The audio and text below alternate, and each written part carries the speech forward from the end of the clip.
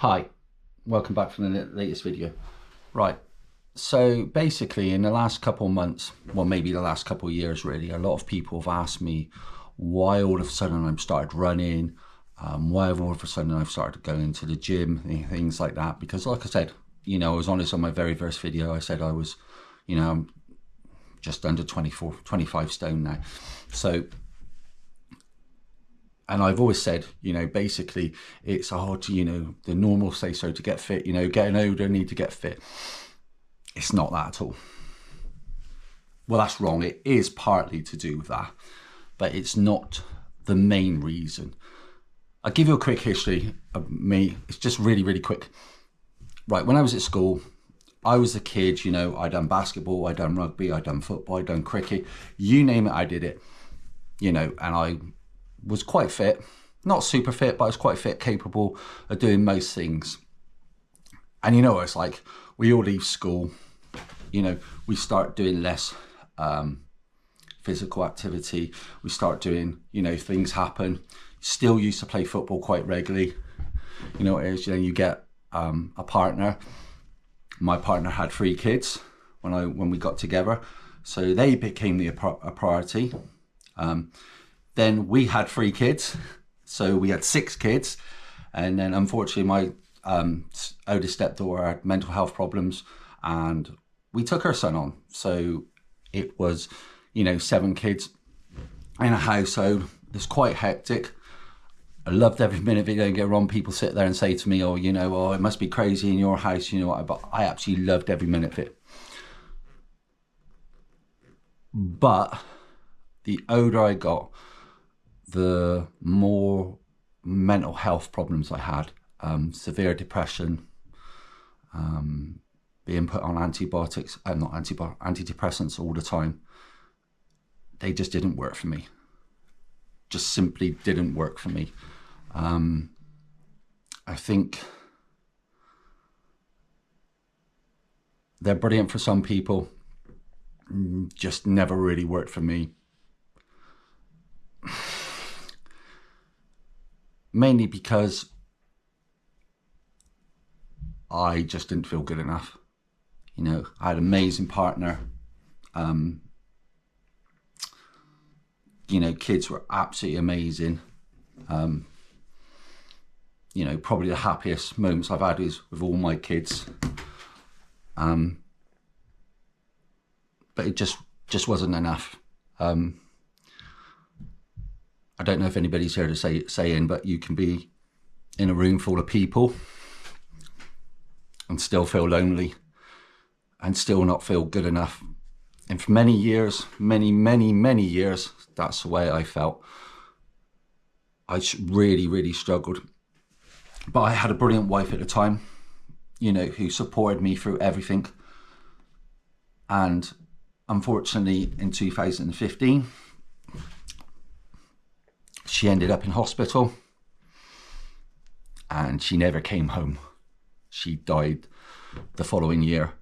I was left living at home at that time.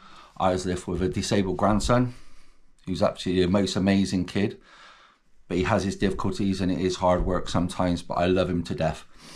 I was left with a 13-year-old and a boy whose mum died on the Friday, who was going in to do GCSEs exams on the Monday.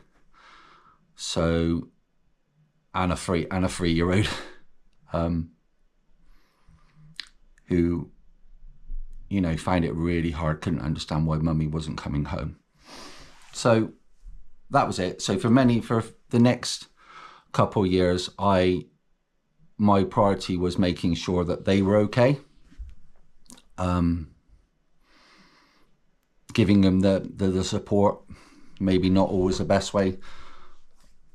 And I really struggled to know how to support them, but I did the best I could.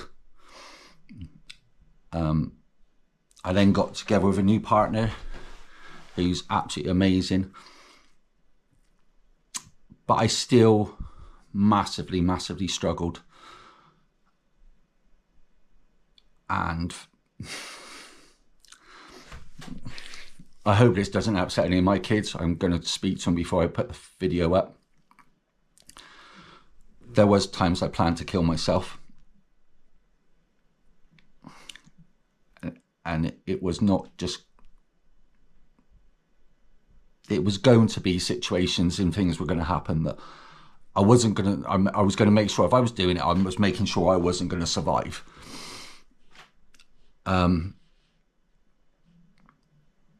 Basically, my partner, who's absolutely, like I said, absolutely amazing, spoke to me. I got some counselling. I did quite a few counselling sessions. They massively helped me, but they didn't solve it completely. And then I looked at everything and decided I was going to do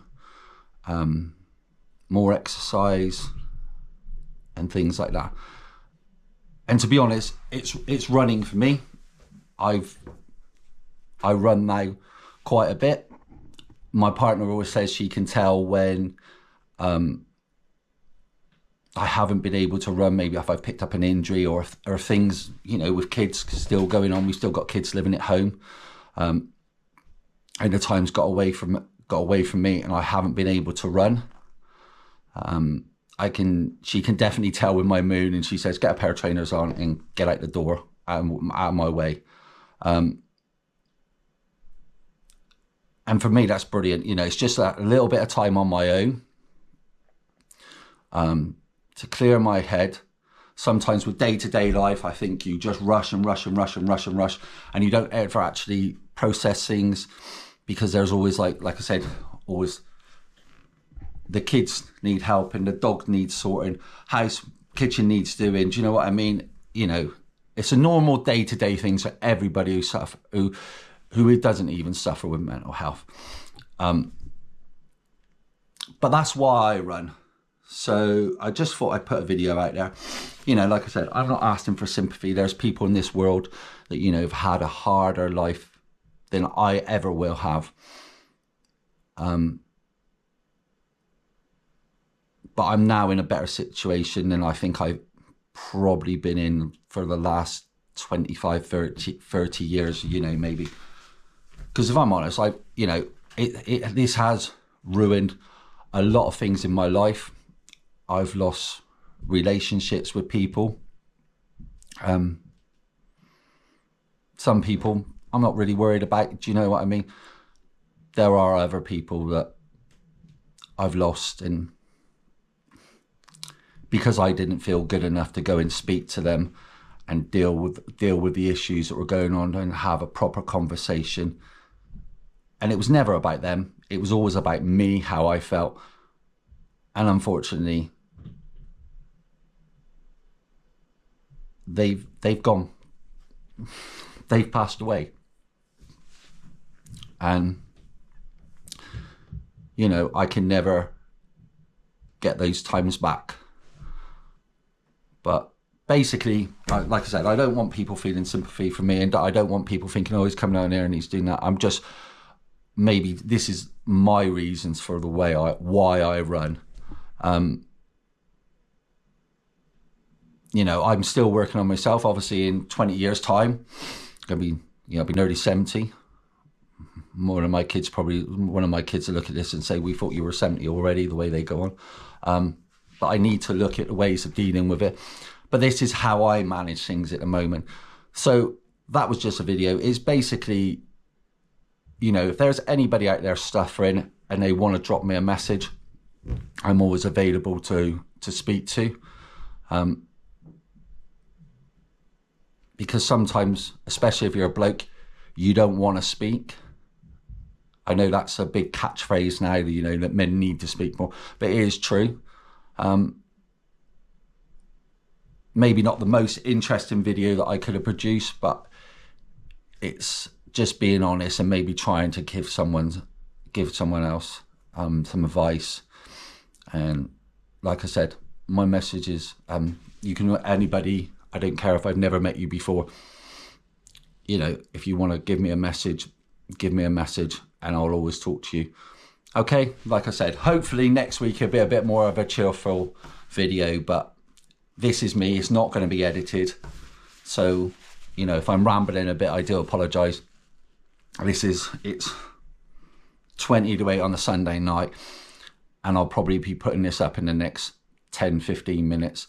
So you can tell it's just basically me talking, rambling, whatever you want to say.